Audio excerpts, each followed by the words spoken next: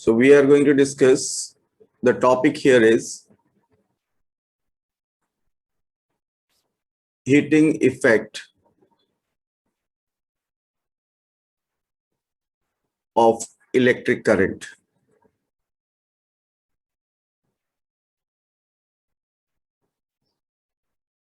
Heating effect of electric current.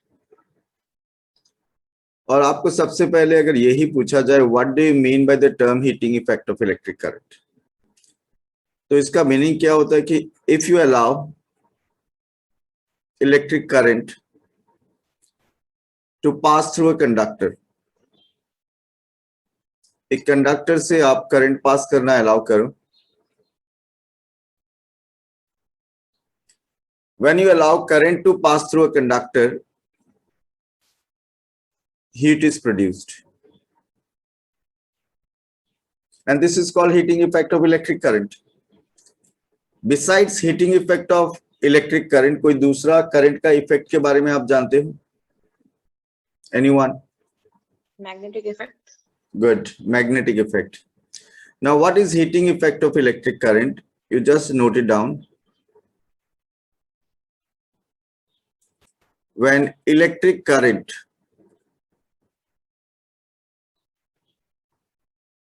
is allowed to pass through a conductor,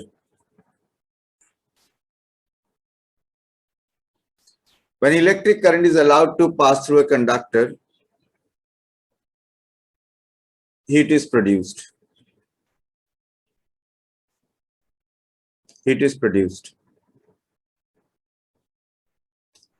This is called the heating effect. This is called the heating effect of electric current.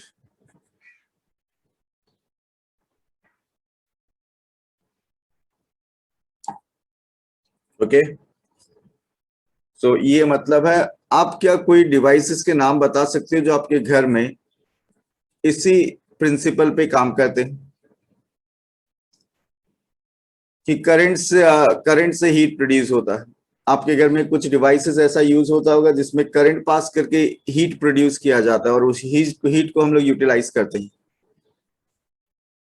Anyone? Iron. Iron, electric iron. और कोई device? Sir, heater. Fan. Heater. Fan नहीं. Fan. Fan नहीं. Fan में heat के लिए fan को use करते हो क्या आप? फैन में थोड़ा हीट प्रोड्यूस हो जाता है, लेकिन हम लोग प्रैक्टिकली जिस चीज को हीटिंग के लिए यूज करते हैं वो है iron, then heater, geyser. Okay, that device. Microwave. So I hope you have noted down this topic, heating effect of electric current. Meaning आपको समझ में आ गया होगा और आज के क्लास में यही सब डिस्कशन होगा. Sir. यस. सर एक बार सर्किट से वापस समझाइए ना एक बार. सर्किट में सिंपल बात है कि यहाँ एक मैंने डिवाइस लगाया जिसको जिगजैग लाइन में दिखाया, मतलब उसमें रेजिस्टेंस है. मैं वोल्टेज अप्लाई कर रहा हूँ, then current will flow, because of the current heat is produced. अब ये कैसे होगा हीट प्रोड्यूस, उसका डिस्कशन अभी करेंगे हम लोग. मतलब रेजिस्टेंस से हीट मतलब डिसिपेट होगा. हाँ, उस डिवाइस से. ठीक है, अच्छा कंडक्टर जहां पे होगा हीट बहुत कम प्रोड्यूस होगा, लेकिन रेजिस्टेंस भी एक फैक्टर है हीट प्रोडक्शन का.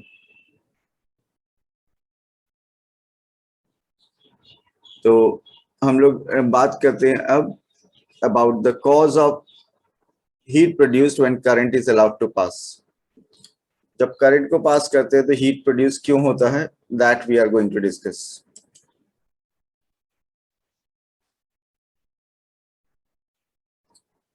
तो अभी हम लोगों का टॉपिक है यही,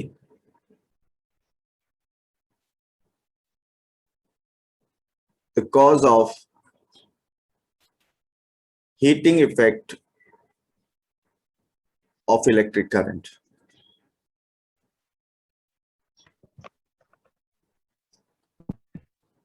cause of heating effect of electric current. You know that metals are good conductors of electricity because of the presence of free electrons. And you also know that if you apply voltage across the two ends of the conductor, the electrons start drifting towards which side? Towards which terminal? Negative to positive. Towards positive. That means from negative towards positive. And you also know that there are positive ions. Metal का atom से ही तो ये electrons free हुआ है, तो यहाँ positive ions होगा कि नहीं? Yes or no? Will there be positive ions in the metallic conductor? Yes, sir. Yes, sir. Okay. So when these electrons,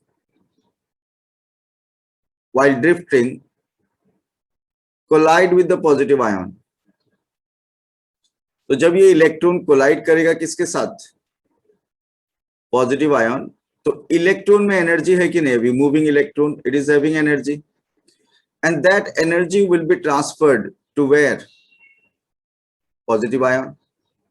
You know that energy can be transferred, energy can be converted from one form to another.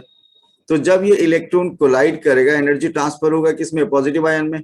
Electron में कौन सा energy था? Kinetic.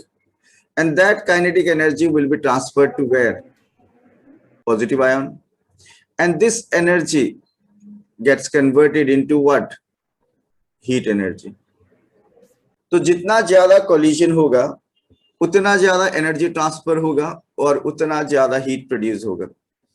तो अगर आपको पूछा जाए what is the reason behind heating effect of electric current, तो रीजन क्या है कि the drifting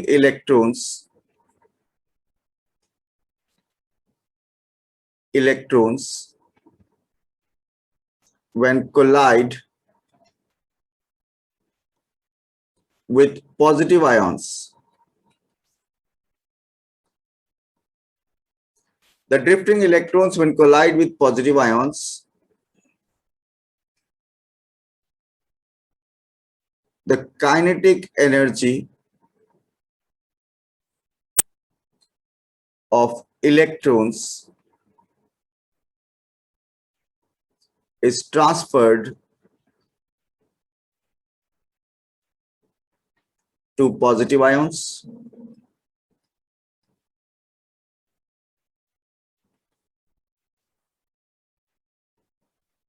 The kinetic energy of positive ions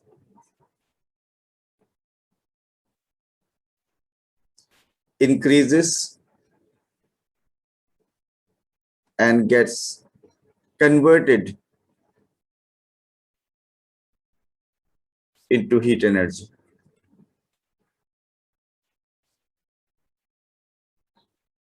Gets converted into what? Heat energy. Okay. Sir आपका आवाज क्लियरली दे.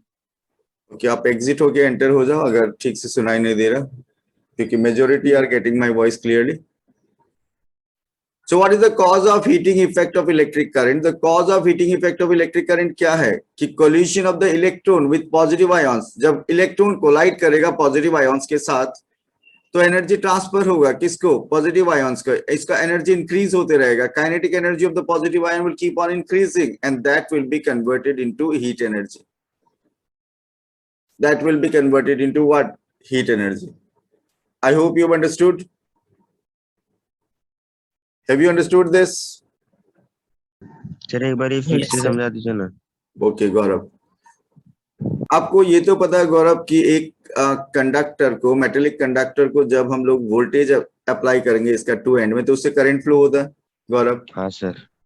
करंट फ्लो होने का मतलब एक्चुअल में कौन सा पार्टिकल फ्लो हो रहा होता है मेटेलिक कंडक्टर से? Sir electron. इलेक्ट्रॉन्स।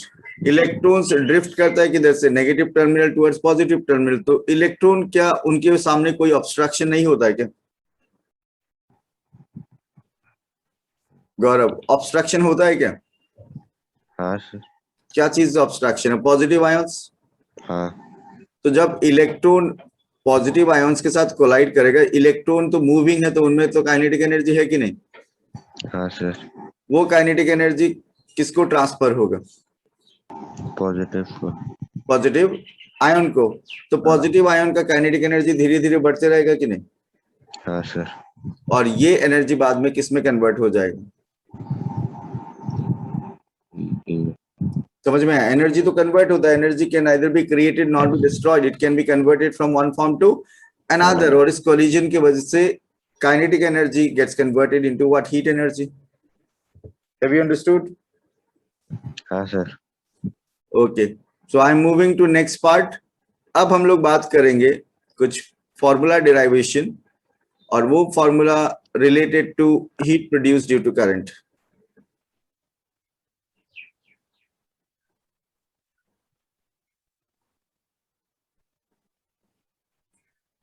एक सर्किट इसके लिए कंसीडर कर लेते हैं हम लोग।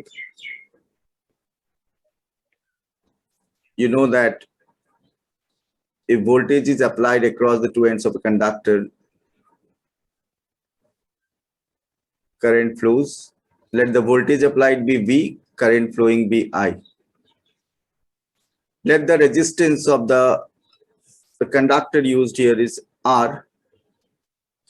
Let current flows for time t. हम लोग मान लेते हैं करंट कितना टाइम के लिए फ्लो कर रहे हैं? Time t। अगर इस वायर का टर्मिनल A से टर्मिनल B में करंट फ्लो हो रहा है, तो क्या मैं बोल सकता हूँ Q amount of charges flowing from one terminal to another terminal in time t? क्योंकि हम लोग जानते हैं कि I इक्वल्स टू क्या होता है? Q upon T। Current flow होने का मतलब rate of flow of charge. Let W be the amount of work done in moving the charge from one terminal to another terminal across the two ends of the conductor. कि ये charge को move करने के लिए work done किया गया W, voltage कितना apply किया गया V, and because of that what is produced? Heat. Heat production के लिए सिंबल है H। तो यहाँ जो सिंबल हम लोगों ने यूज किया उनका मीनिंग क्या है? अगर मैं आपको पूछूं V represents what? Potential difference. Potential difference और वोल्टेज। अगर मैं आपको पूछता हूं I क्या रिप्रेजेंट करता है? Current. Electric current. Electric current. I represents what? Electric current.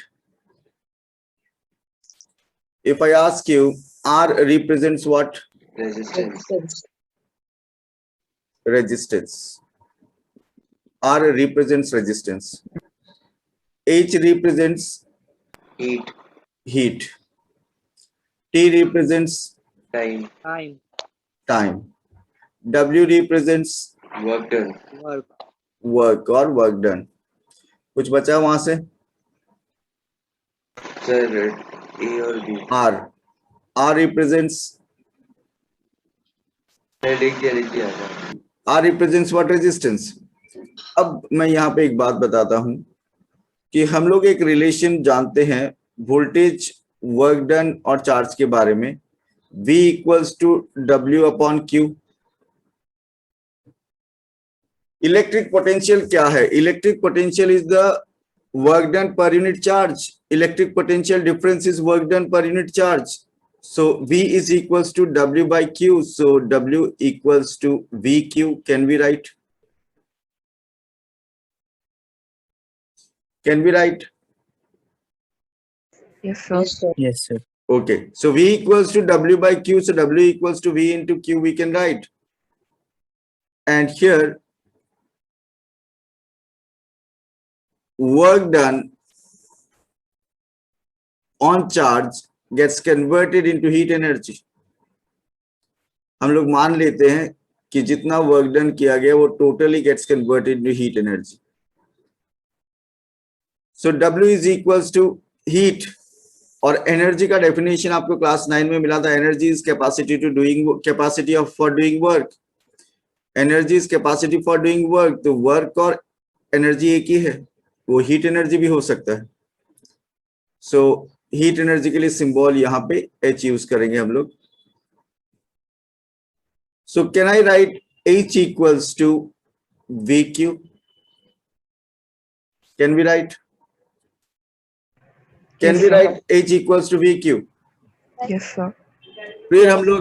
फिर हम लोग जानते हैं I equals to Q upon T होता है, तो Q equals to IT can we write? Yes. तो यहां Q को हटा के can we write IT VIT अब हो जाएगा, लिख सकते हैं कि नहीं? Yes, sir. ओके फिर आप लोगों को पता है V इक्वल्स टू IR होता है, तो क्या मैं इस V को हटा के अगर IR इमेजिन करता हूं तो can I right I square RT? Can I right I square RT? Yes, sir. V को अगर हटा दे तो IR आ जाएगा, IR आने से I और I मल्टीप्लाई होकर I स्क्वायर हो जाएगा, R भी है R इंटू T। अब मैं इस I को अगर V बाई R से हटाने का सोचूं, रिप्लेस करने का सोचूं, सिर्फ इसको, ये पूरा मैं दिमाग में ही कर रहा हूं, आप सोच पा रहे हैं कि नहीं मुझे पता नहीं, डाउट होने से बताना।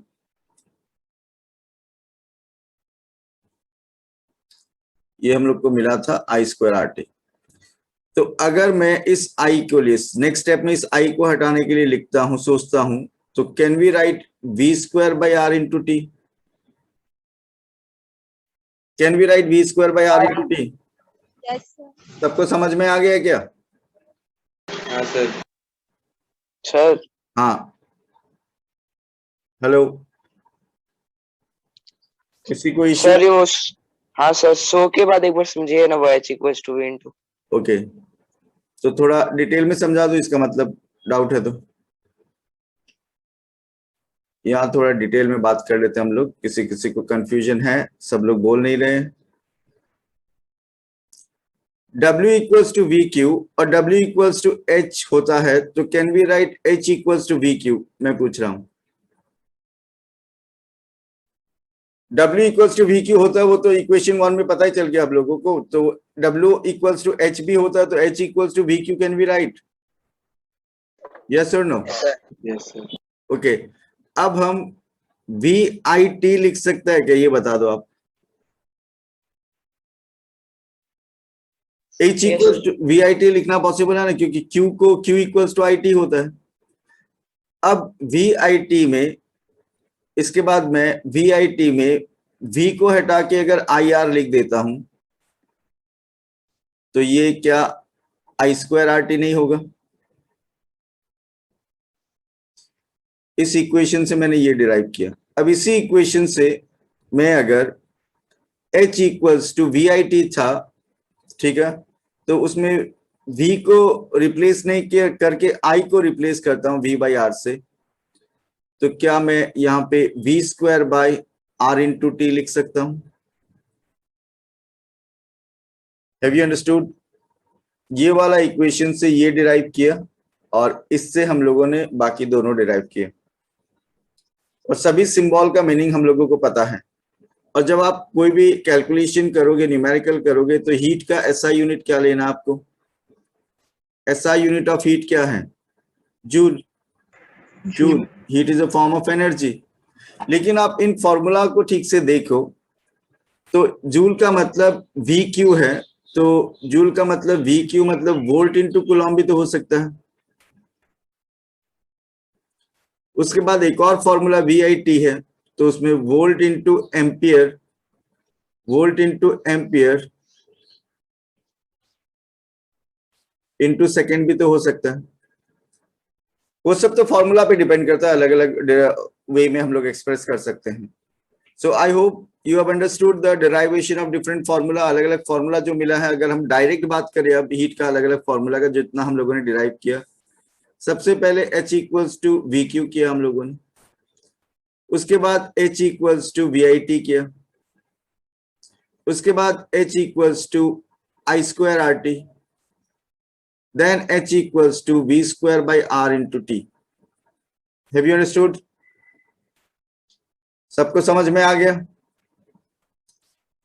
Yes, sir.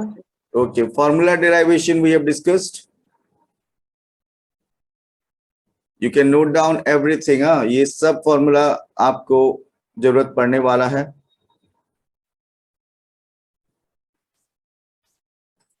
So I hope you have noted down everything. So we can discuss next part. हम लोगों ने फॉर्मूला डिराइवेशन का डिस्कशन कर लिया है. अब हम लोग डिस्कस करेंगे about joules law of heating effect. Heating effect of electric current.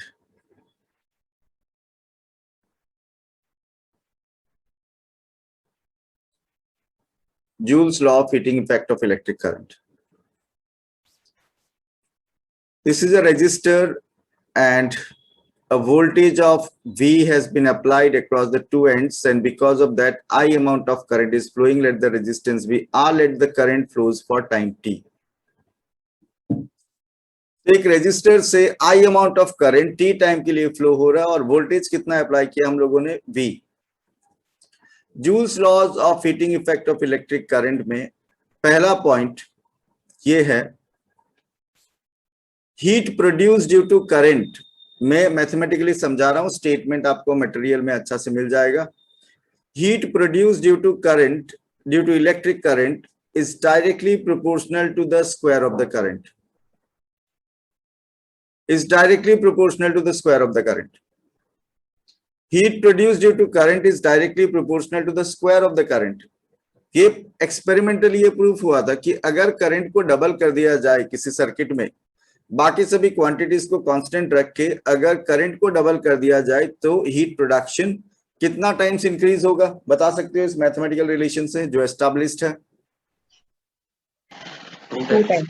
कितना टाइम्स? 2 times. नहीं, 2 टाइम्स नहीं.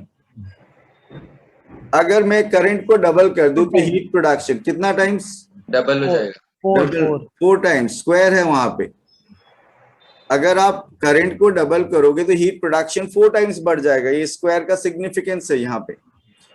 फिर सेकेंड स्टेटमेंट जो है heating effect of electric current का, जूल्स लॉज का, that heat produced is directly proportional to the resistance. Current के भी डायरेक्टली प्रोपोर्शनल, लेकिन स्क्वायर है वहां पे, directly proportional to resistance, and it is directly proportional to the time for which current flows. It is directly proportional to the time for which current flows. तो इसका मतलब आप अगर हीट प्रोडक्शन बढ़ाना चाहते हो, करंट बढ़ाने से हो जाएगा क्या? होगा या नहीं? Yes, sir. आप रेजिस्टेंस इंक्रीज करके हीट प्रोडक्शन बढ़ा सकते हो. हाँ सर. आप ज्यादा टाइम तक अगर करंट को फ्लो करवाओगे तो हीट प्रोडक्शन होगा. ज्यादा होगा या कम होगा? ज्यादा होगा. अब हम तीनों को अगर कंबाइन कर they from 1, 2 and 3, from 1, 2 and 3 अगर तीनों को हम लोग कंबाइन कर दे तो हम लोग को मैथमेटिकली मिलेगा H proportional to I square RT. H proportional to I square RT मिलेगा कि नहीं हम लोगों को? So H equals to K I square RT. K is a constant. K is proportionality constant. And experimentally value of K is found to be 1. Therefore we can write H equals to I square RT, जो कि ये formula हम लोग पहले ही derive कर चुके हैं और जूल को एक्सपेरिमेंट करके भी यही रिलेशन मिला, H equals to I square RT. Have you understood? तो आपको अगर एग्जाम में पूछा जाए state Joule's laws of heating effect of electric current, तो आपको प्रॉपर स्टेटमेंट लिखना होगा that heat produced due to current is directly proportional to the square of the amount of electric current flowing through the conductor. Heat produced due to current is directly proportional to the resistance of the conductor. Heat produced due to current is directly proportional to the time for which current flows. Directly proportional to the time for which current flows. Have you understood? सबको समझ में आ गया? Yes, हाँ, sir. Yes, sir. Yes, sir. Okay. So I hope you have noted down everything. Yes, sir. तो हम लोग आगे बढ़ते हैं. अब हम लोग डिस्कस करेंगे about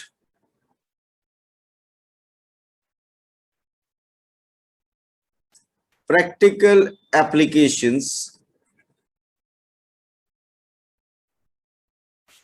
of heating effect. Practical applications of heating effect of electric current.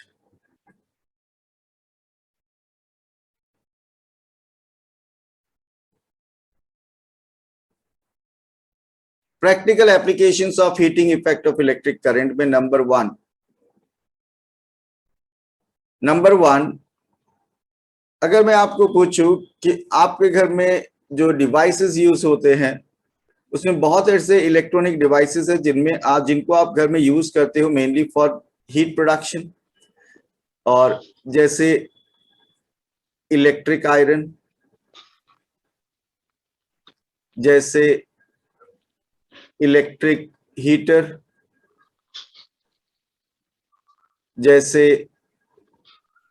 Electric oven. तो ये कुछ डिवाइसेस है कि नहीं जो यूज होता है घर में फॉर व्हाट? Heat production.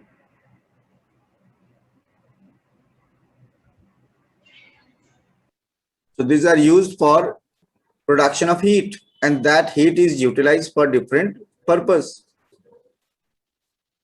अब मैं अगर स्पेसिफिकली बात करता हूं इलेक्ट्रिक बल्ब, और हम लोग जो आजकल एलईडी बल्ब यूज हो रहे हैं उसके बारे में बात नहीं कर रहे हैं, हम लोग फिलामेंट वाला बल्ब के बारे में बात कर रहे हैं जो पहले बहुत यूज होता था और आजकल स्पेशली डेकोरेशन पर्पस के लिए ज्यादा यूज होता है. और ये फिलामेंट वाला बल्ब में जो फिलामेंट होता है वो एक बहुत ही थिन वायर से बना हुआ होता है. देखा होगा आप लोगों ने. ये है फिलामेंट. और ये फिलामेंट जनरली कौन सा मेटल से बना हुआ था, किसी को पता है? टंगस्टन.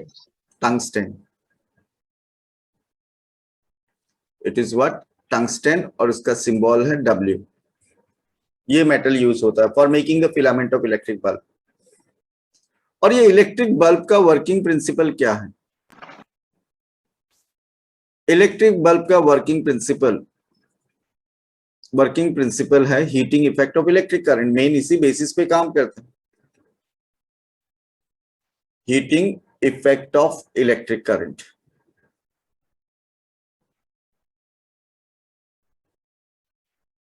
ओके. सो ये इलेक्ट्रिक बल्ब में हीट प्रोडक्शन होता है. ये जो फिलामेंट है, फिलामेंट टंगस्टन मेटल, यहां पे क्यों यूज किया गया है? एक रीजन है इसका हाई रेजिस्टिविटी. रेजिस्टिविटी बहुत ज्यादा है, और रेजिस्टिविटी ज्यादा होने की वजह से ये वायर ज्यादा रेजिस्टेंस प्रोवाइड करेगा या कम रेजिस्टेंस, ये बताओ.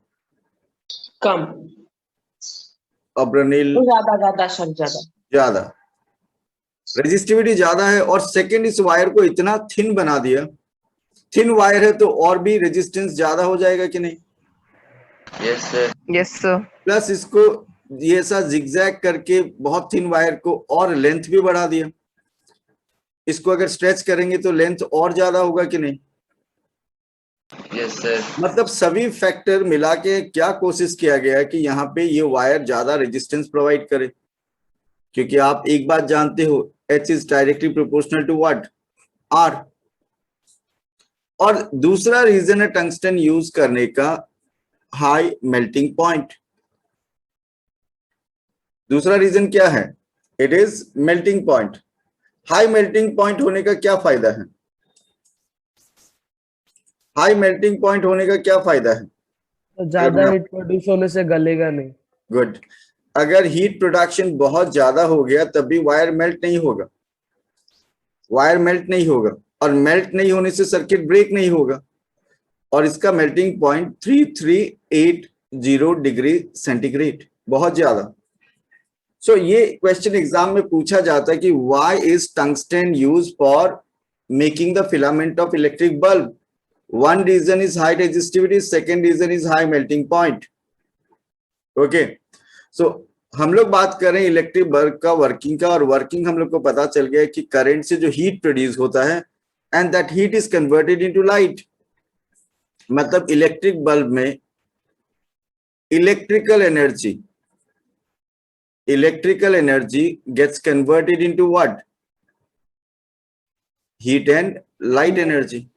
तो पहले हम लोग बोल सकते हैं हीट एनर्जी, और ये हीट एनर्जी बाद में कन्वर्ट होता है किसमें? Light energy. एक बल्ब को हम लोग मेनली किस लिए यूज करते हैं? ज्यादा लाइट के लिए। और लेकिन एक हीटर को किस लिए यूज करते हैं हम लोग? एक हीटर को किस लिए यूज करते हैं? लाइट के लिए या हीट के लिए? हीट के लिए। ओके, तो उनका फिलामेंट को ऐसे डिजाइन किया जाता है कि वहां हीट प्रोडक्शन ज्यादा हो, और बल्ब का फिलामेंट को ऐसे डिजाइन किया जाता है कि वहां लाइट का प्रोडक्शन ज्यादा हो। Have you understood? Yes, sir. एक और प्रैक्टिकल एप्लीकेशन जिसके बारे में डिटेल में डिस्कस किया हुआ है आपका सिलेबस में, वो है electric fuse. Electric fuse, and this electric fuse is a safety device. It is a safety device. Safety device क्यों बोला जाता है इसको? Why electric fuse is called safety device? ये बचाता है किसको? इलेक्ट्रॉनिक जो आइटम है, इलेक्ट्रॉनिक जो कंपोनेंट्स है, इलेक्ट्रॉनिक डिवाइसेस जो घर में यूज करते हैं हम लोग, उनके अंदर जो सर्किट होता है या उनके अंदर जो कंपोनेंट होता है, पार्ट्स होता है, वो एक डेफिनेट करंट में ही अच्छा से काम करते हैं।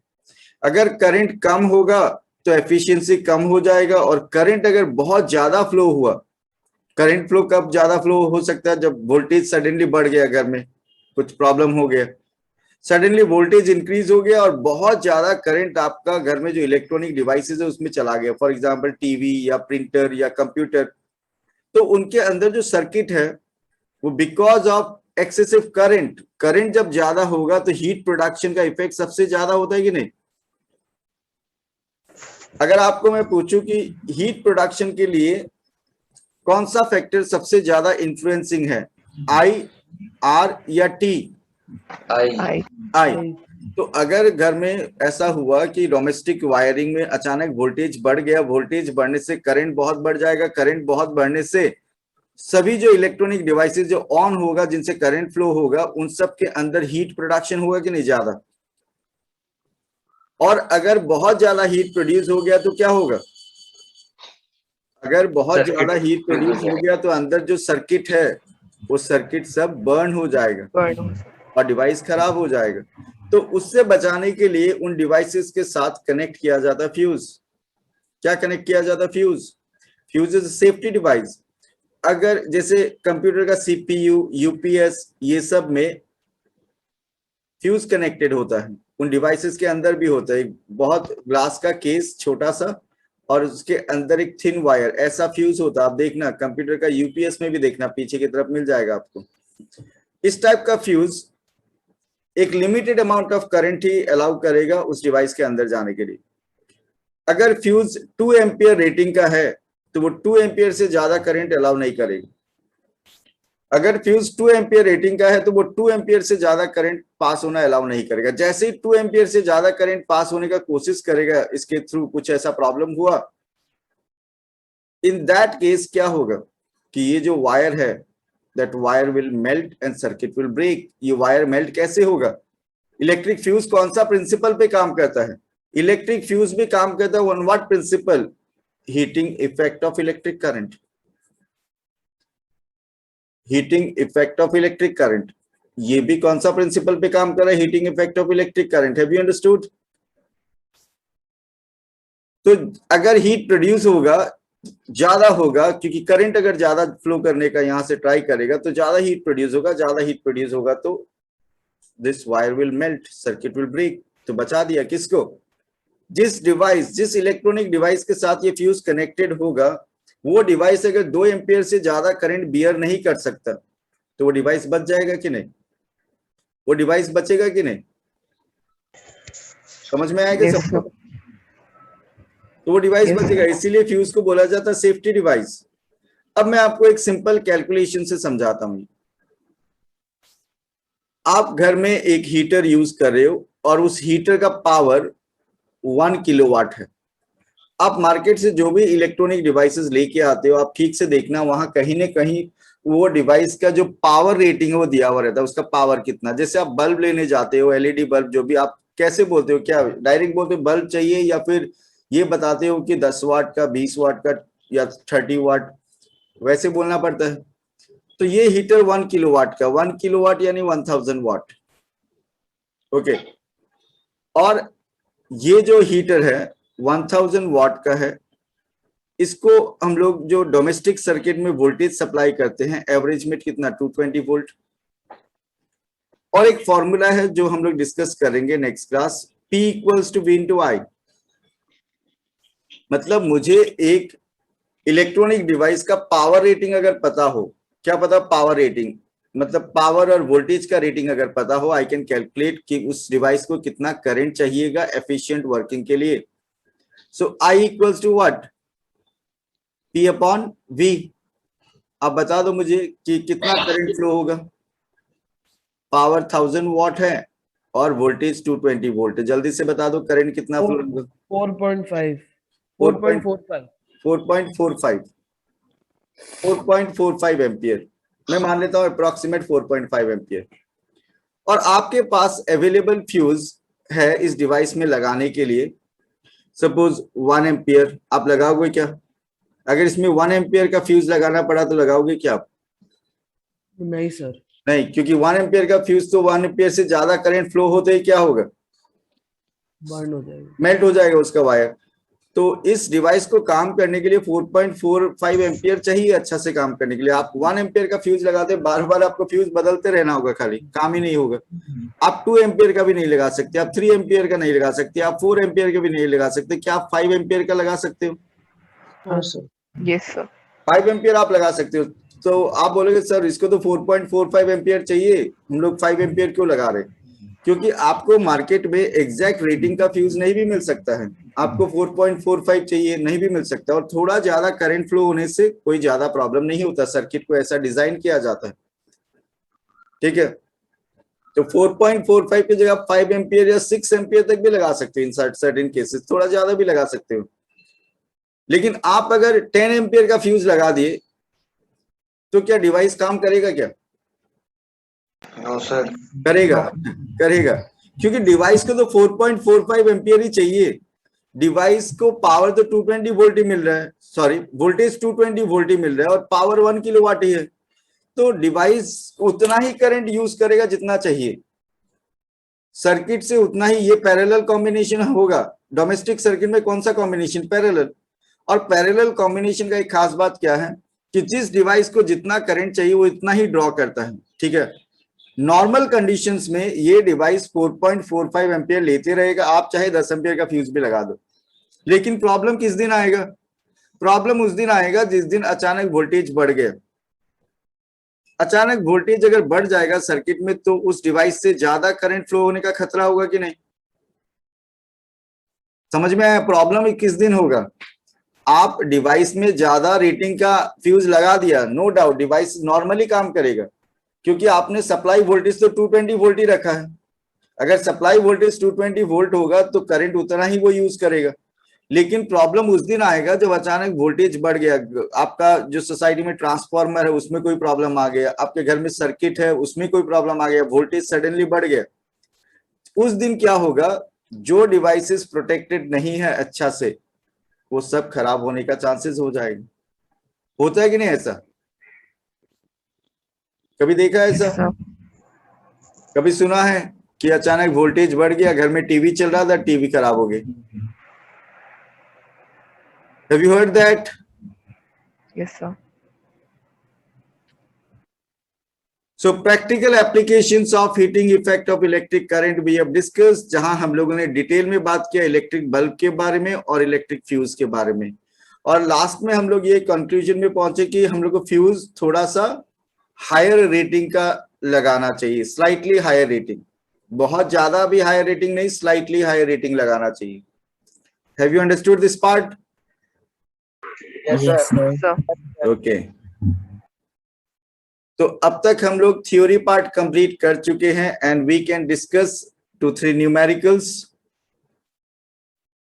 उसमें क्वेश्चन नंबर 1 मैं आपको दे रहा हूं, एक क्वेश्चन, एक सिंपल क्वेश्चन, और उसको आप सॉल्व करने का कोशिश करना. Be ready with pen and notebook.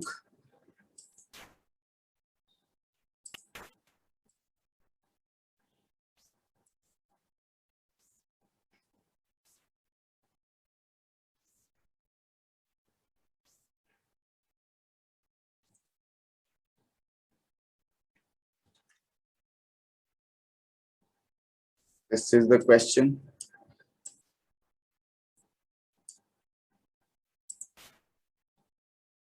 Look at this question और कौन सा फॉर्मूला आपको अप्लाई करना है वो डिसाइड करो. आप कौन सा फॉर्मूला आपको अप्लाई करना है वो आप decision low. An electric heater of resistance 500 ohm is connected to a main supply for 30 minutes. If 5 ampere, ये 5 ampere, 5 ampere of electric current flows through the filament of the heater, आपको heat energy calculate करना है. आपको R दे दिया 500 ohm, आपको current दे दिया 5 ampere, आपको time बता दिया कितना, 30 मिनट्स. 30 मिनट्स का मतलब 30 into 60 कितना सेकेंड्स? 1800. 1800 सेकेंड्स. तो आपको अब बोला गया, ये सेकंड में कन्वर्ट क्यों किया हम लोग? क्योंकि रेजिस्टेंस एसआई यूनिट में है, करंट भी एसआई यूनिट, तो टाइम भी एसआई यूनिट में लेना है. And H equals to what? I square RT. Just do the calculation, answer बता दो.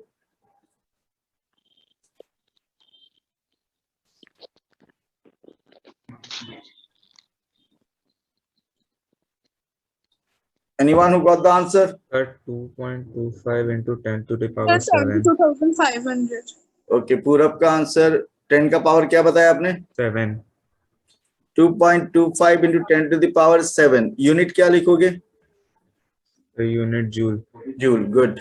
आप चाहो तो इसको ऐसे पावर में एक्सप्रेस करना अच्छा होता है, लेकिन आंसर अगर आपका ये आ रहा है 225 और साथ में 1 2 3 4 5 जीरोस जूल, तब भी करेक्ट है आपका answer.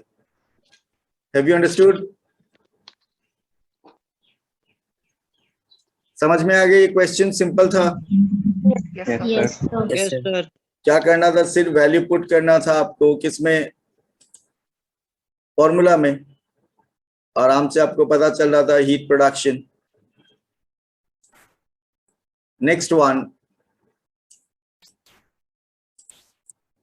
another question. I hope you have noted down this question. Sir एक Yes, मिनट. sir. ओके, जल्दी से नोट डाउन कर लो आप.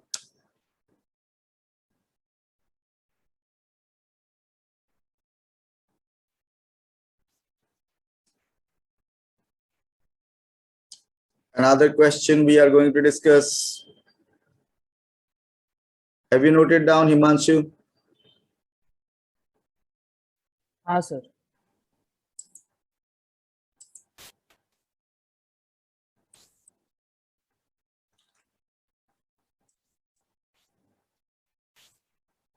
Okay, another question, this one. यहाँ मैं आपको कुछ भी बोलने वाला नहीं हूं, आपको बस क्या कैलकुलेट करना है देखो और जल्दी से बता दो मुझे. इजी क्वेश्चन है सब, ये सब में ज्यादा हेल्प का जरूरत नहीं पड़ना चाहिए आपको. तो इसका जो गिवन क्वेश्चन है उसका आंसर आना चाहिए 0.34 एम्पियर और 0.35 एम्पियर. 0.346 समथिंग आएगा, राउंड ऑफ करके 0.35 एम्पियर लिख सकते हैं हम लोग. Have you noted down the question? Yes, sir. Okay. और यहाँ कॉन्सेप्ट है, it is given to resistance of 20 ohm होगा उधर and 40 ohm. are connected in series to a battery of potential difference 10 volt. तो दो रजिस्टर है 20 and 40 ओम का. They are connected in series to a potential difference of 10 volt. R1 20 ohm and R2 40 ohm. R1 20 ohm, R2 40 ohm. Okay, तो ये दो register series में है. आपको क्या करना है, compare the ratio of the heat produced in 1 minute by the two resistances.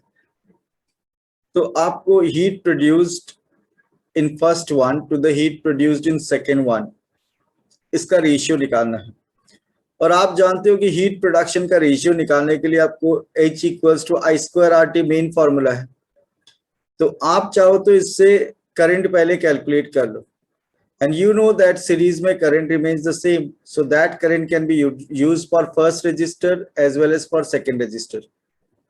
Current calculate करना इजी है आपके लिए.